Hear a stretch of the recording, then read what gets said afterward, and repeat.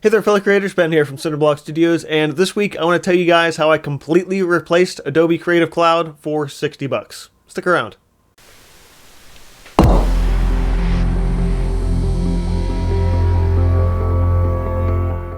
So this is my, at this point, I guess you could say, long-awaited, half-long-awaited update to the We Need to Talk About Adobe video that I made about a month and a half ago, 2 months, something like that. After the fallout of Adobe's terrible terms of service and obviously, you know, the FTC suing them for bad business practices and stuff. So I made that video, briefly went over the whole thing, and talked about a couple of programs out there that I was going to try, things that I might move to in the future, things like that. I now have found my alternatives, and I wanted to talk about those today. The first thing I want to talk about, though, before we jump into my specific alternatives, is the one program that everyone seems to be jumping to and recommending, and that's Affinity Photo. So when I made that video, I had downloaded the free trial of Affinity Photo, which at that time was a 7-day free trial, not a 6-month free trial the way they're doing now. I mean, props to Affinity for recognizing the migration away from Adobe that a lot of creators were making and offering a longer free trial. But just so you know, I did not get that that extended free trial. I just got the short one, so I had to figure out if it was right for me over the course of a week. And I figured out that it was not for me over the course of about a day. Honestly, I cannot understand why so many creators are saying Affinity Photo is the best Photoshop replacement, because it's not. I mean, this could be just where I was coming from and wanting a more intuitive UI, but honestly, I don't think that's it. I think if you're specifically an artist, somebody who uses a program like Photoshop to paint with, you're going to hate Affinity Photo because it's not designed for that, and it's very, very, very specifically not designed for that. Just a couple of my overall problems with it. Again, the UI is not intuitive at all. Most programs I can open up and I can just poke around and learn in about an hour. I spent a solid 8 hours trying to figure out Affinity Photo, and I just couldn't. It was complete and utter nonsense. I'm like, how the hell is this recommended? There is no way that this is the Photoshop killer is Affinity Photo. It's not. It's really not. Like, it's for a new user walking into this program, it's like, how the hell was this designed with so many weird tools and weird places? I think the original Affinity Photo 1 had a file menu. I don't think there was at this point I don't really remember, but I'm pretty sure there was no file menu whatsoever in Affinity Photo. And if there was, it had no useful tools in it, so it didn't matter. A little bit of my age. I still want a file menu. I'm still mad about Microsoft Word getting rid of the file menu in like 2003. Showing my age for a lot of these things. Anyway, the point of this being that just walking into Affinity Photo for the first time, I felt like I needed like a week worth of tutorials just to learn how to use it, and that's just not worth it, I think, for creators going into it. One thing that really bothered me about Affinity as well is that even the most basic tools were either impossible to find or didn't work the way I wanted them to. The one I just plugged in some old painting that I'm like, all right, let's try to do what I would do in Photoshop, where I plug it in, I resize it, I crop it, I fix some of the colors.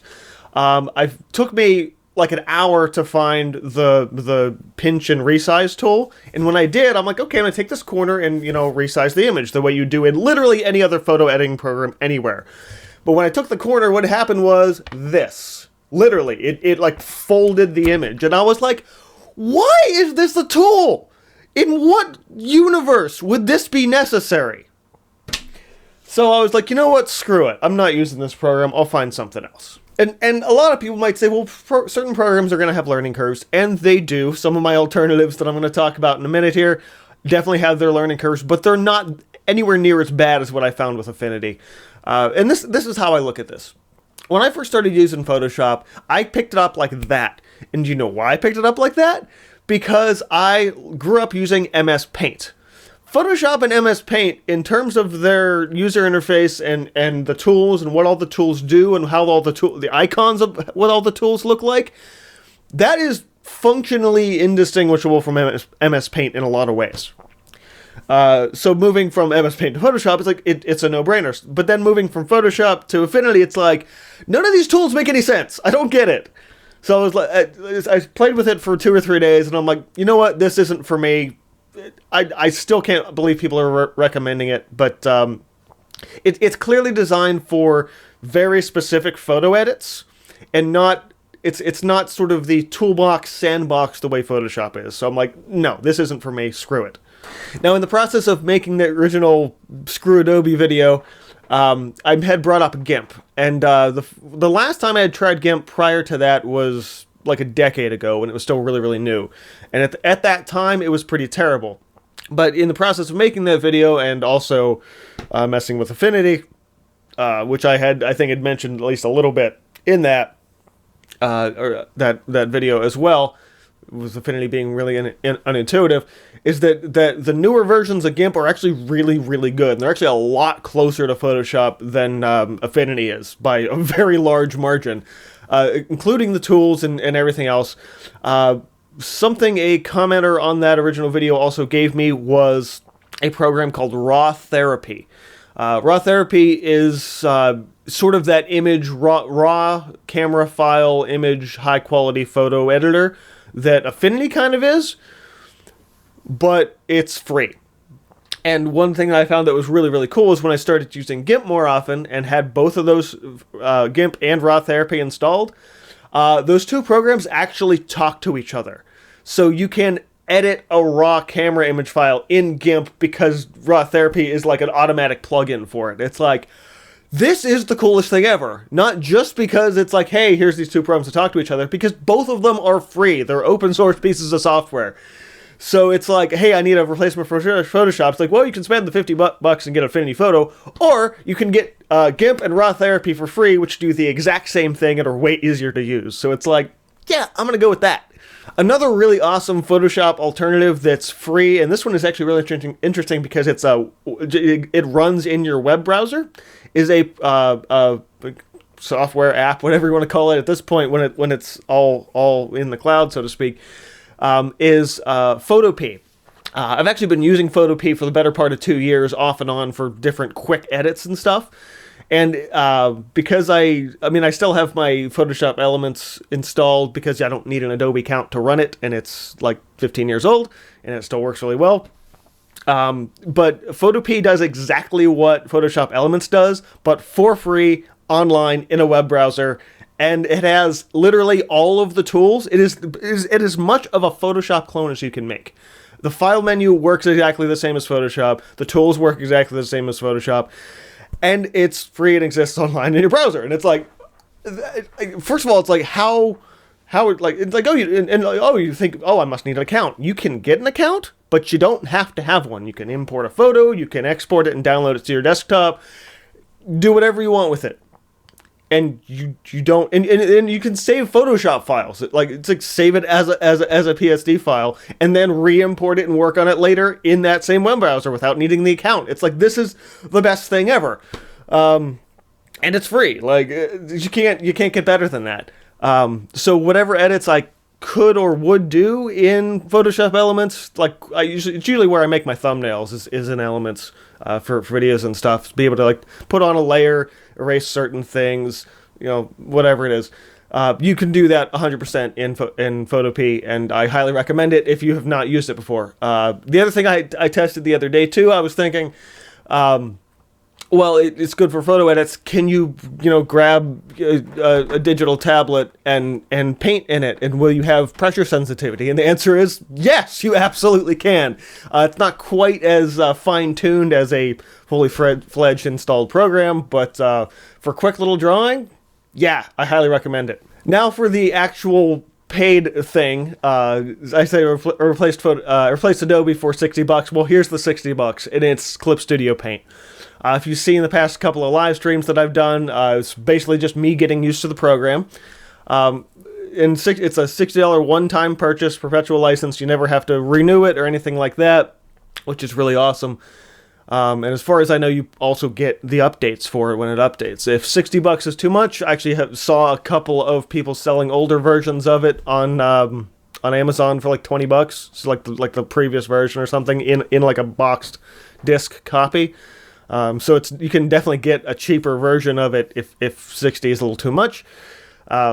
But honestly, it took me a little bit longer to get Clip Studio Paint to work the way I wanted to, and I think that's my one gripe about it, is that while it works, and I would say it's definitely, in terms of painting, it's 1,000 times better than Photoshop. Like, I thought for sure, like, all the hype, like, oh, it's way better than painting in Photoshop, and you shouldn't be using Photoshop to paint, because they haven't updated it in forever, and while that is true, I wasn't quite prepared for just how amazing Clip Studio Paint is for digital painting. I mean, it's designed from the ground up to do that, but holy crap, it is really awesome.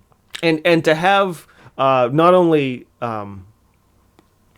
painting tools, but animation tools for $60, as well as I think I can't remember if it's the EX version or the Pro version that has it. The EX version is the more expensive. It's like $200 or something. But there's like pre-built-in layouts for comics, and it's like you can't beat that for that price. That's awesome. Also, I will add one in. I haven't used it because I haven't taken the time to really learn how to animate digitally. I played with Adobe Flash like fucking 15 years ago. But even that was a little more complicated. There is a free open source software called OpenToonz, Toonz, OpenToonz. And I know actually a few animation studios actually use that as well. At some point I will end up using it. I do have it installed. I've had it installed for years. I've barely ever touched it, but that's another one if you're looking for like an Adobe Animate replacement or something like that. But yeah, Clip Studio Paint. So my one real gripe is that it took me a little while to map out the interface with where I wanted things. I basically spent an afternoon doing it. I had to change a lot of keyboard shortcuts. And the one thing that I really wish was more native with it took a bit of a workaround to do is in using my tablet, regular like dynamic rotation, like 2 fingers to do that. It only worked in one direction. So I could rotate it to the left, but I couldn't rotate it back to the right because of the way the defaults are in Clip Studio Paint. So what I ended up having to do, and there was a lot of things where I just like looking up, but if you like just type it into Google, quick search, like if it's not a quick video, it'll be just at the top of the page as like, here's how you do this, like from the Clip Studio Paint forums or whatever. So I had to turn a little bit of tech talk, but if you're using a digital painting program, you kind of have to know some of this. And I think if it's your first digital painting program, I think you might struggle a little bit because you have to kind of learn how to do things a little bit, and again, like the keyboard shortcuts. But the fact that you even can change them is pretty huge too. I don't think Photoshop lets you change keyboard shortcuts and hotkeys and stuff like that. But I had to rotate into a keystroke basically. So I had to set it up on my tablet to be like control move this thing with the key when I do this in order to actually do that. Other than that, it works really well. Another thing I was struggling with the first time I played with it were all of the default brushes that Clip Studio Paint gives you. Honestly, the default brushes that they give you are really awful. They're not great. In fact, they're really pretty terrible. One thing it does let you do is like fine tune every piece of the brush down to the like how. It's not just opacity and pressure and size. It really lets you fine tune the individual brushes just on the fly whenever you want. And so I was thinking, like, well, I found I can make a brush, which is good. It's good to be able to do. And then the biggest game changer for me that solidified me using Clip Studio Paint rather than Photoshop to paint with is that I can just import my Photoshop brushes directly into Clip Studio Paint. And it's actually faster to do it in CSP than it is to do it in Photoshop. Like, importing brushes into Photoshop is kind of a pain in the butt. But all you just do is like drag the file into Clip Studio Paint, and it's just like, bing, here are all your brushes. And I was like, okay, that's it. This is perfect. So I didn't have to rebuild all my brushes from scratch, which is good because I have like 200 different custom brushes that I've made over the years. And the fact that I was just able to import them and took a little bit of... I had to go through and basically fine-tune all of them. They didn't default into the way I wanted them to be in terms of pressure sensitivity and opacity and stuff like that. And that was a little bit of a pain as well. But again, like once I had everything set up, I was golden, good to go. And my last replacement for Adobe, which I didn't really need yet, but I decided to go for it anyway, was DaVinci Resolve. So in the video, again, in an Adobe video from a couple months ago, I had mentioned DaVinci Resolve, but I had only ever seen it as the like $250 they have to pay for the whole program. And then when I went to the website a couple weeks after that, I just saw, oh look, there's a free version of DaVinci Resolve. It's like a little scaled back in terms of the tools, but it's like all I need to do is like put videos in, cut them together, and level the audio. And it was free, and it's like, crap, even Premiere Elements wasn't free. So, GIMP and Raw Therapy, Photopea occasionally, and DaVinci Resolve, all free. The only thing I've spent money on is Clip Studio Paint, and honestly, that was a bargain at $60. And I do want to say this about DaVinci Resolve, too. First of all, the last 3 videos you've seen from me, at least 3, have all been edited on DaVinci, so I've more or less... I haven't completely uninstalled Premiere Elements, but it's there like when I need just like a super quick edit because I am more used to that interface. But when the first time you open up DaVinci Resolve, it gives you a little prompt and asks you what editor have you used before, because they know a lot of people are coming from different softwares, and it lists it's like. Here's Premiere, here's Avid, here's Final Cut. It gives you like the 5 most common ones. And what it does is it will automatically set up the default layout into the closest thing that you've used previously. And it's like, that's just courteous and very nice. But it's like, yeah, you're not going to be used to this. The program automatically made it fairly close to what Premiere looks like. At least my old version of Premiere. So I'm sure the new one's different than mine as well. But I was like amazed. And much like using Clip Studio Paint, there was a little bit of a learning curve. It took me some time to find my tools, new keyboard shortcuts, stuff like that. But once I kind of figured out exactly how it works the way that it does, I was like, it's perfect. I got it. I'm in. And at this point, short of a handful of tools I might need to go back to Elements for, I'm literally perfect for every video going forward. So that is my replacement for the Adobe Creative Suite. Obviously, I don't use all of the programs, but I think for other artists out there, it's definitely worth talking about, especially since everyone's praising Affinity Photo, and I kind of hated it. So you want photo edits, the GIMP with the Raw Therapy plugin. Photopea also does really, really good stuff. Clip Studio Paint if you're doing any kind of painting. I mean, for that price, you really can't beat it. And if you're looking for a new video editor to get away from Premiere, DaVinci Resolve is really, really, really good. Like I'm actually genuinely shocked at how good it is for being a free program. I've tried other free video editors, and they don't hold a candle to what DaVinci Resolve can do. So yeah, those are my Adobe alternatives for under $60. I say under $60 because it's $59.99 for Clip Studio Paint. But yeah, I definitely encourage all of you to check out some of these programs. Definitely look into canceling your Creative Cloud subscription if you have one. Honestly, screw Adobe. Their software is bloated. It's awful. It's slow. It like genuinely slows down your system. And yeah, nobody should. At this point, I don't think anyone should use it, given how many awesome alternatives there are out there. So, yeah, that's my update to this. I hope you guys enjoyed this. If you want to see more of my usage of any of these programs, let me know in comments. I know I kind of just showed you a couple little screenshots and things. But it's one of those things where it's like, if you want a whole video on each of these programs, let me know. I think this is probably enough for most people, though. I can definitely probably go over what I did to set up Clip Studio Paint, although there's also a lot of people that have been using the software a lot longer than I have. So again, quick Google search and you'll find these tools super quickly. Probably a lot faster than I could explain in a video. But that's going to do it for this week. Thanks guys for watching. Keep on creating, and I will see you guys next time.